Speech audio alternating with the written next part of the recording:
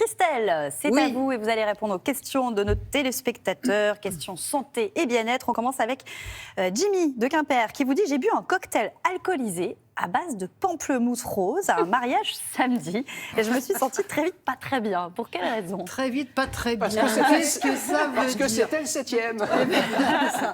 Non, est-ce que vous connaissez les cocktails pamplemousse? C'est vrai que c'est en été, c'est très apprécié. C'est traître. Parce C'est que c'est traître. très sucré. Mais c'est très sucré. Et alors, en fait, on a le gin pamplemousse, on a le rhum pamplemousse avec un petit goût frais, etc. On a l'impression que ça passe tout seul. Eh bien, pas du tout.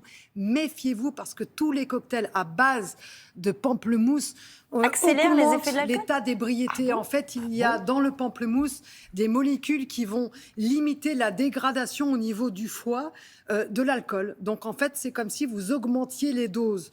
Donc, il faut vraiment faire attention. Un effet Et c'est pas dans multiplicateur. n'importe quel cocktail de pamplemousse. Si vous faites vous-même votre pamplemousse et que vous le pressez, il n'y aura pas de problème. En revanche, si vous prenez du pamplemousse industriel, vous savez, quand on récupère le jus de pamplemousse, on presse en fait l'agrume. Et donc là, comme la molécule est dans l'écorce, eh bien, vous allez récupérer cette molécule et donc c'est cette molécule qui va empêcher la dégradation de l'alcool. Et si on parle calories aussi, parce qu'on sait que l'alcool et les cocktails, c'est pas bon pour la santé, mais attention à ces cocktails en particulier, parce qu'au niveau des calories, c'est carrément une bombe. Imaginez un verre de 20 Il y centilitres. aurait 200 calories. Voilà, c'est ça, à peu près. 200 calories, bravo. Un cocktail, c'est quoi? énorme. C'est un petit hamburger. Ah Donc oui vous en prenez 2 ou 3 dans la soirée et vous voyez, vous pouvez aller très vite jusqu'à 1000 calories sans même vous en apercevoir. Mais oui, d'où ce rappel encore plus de modération, bien sûr. Exactement. Avec les cocktails. Alors, ma femme est toujours nauséeuse lorsque l'on fait de longs voyages en voiture. Pour cet été, elle veut tester le gingembre. Est-ce efficace? Ah oui. C'est pas moi, c'est Vincent de Malakoff. Ça marche pour plein de choses. Dans le les gingembre. Alors, Qui, justement, ça marche qui pose pour la plein de question. choses. Je reprends. Ça marche pour quoi? Je sais pas.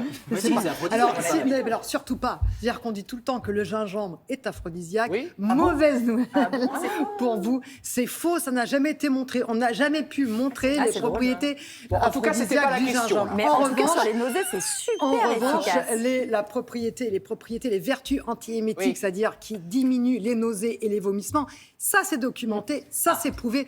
L'Organisation mondiale de la santé ainsi que la Haute Autorité de santé, eh bien, recommandent la consommation du gingembre pour, par exemple, les femmes enceintes qui Ah oui. sont sujettes Très efficace là-dessus. très efficace des nausées et des vomissements, et aussi pour le mal de transport. Donc, effectivement, vous pouvez consommer du gingembre frais, en gélule.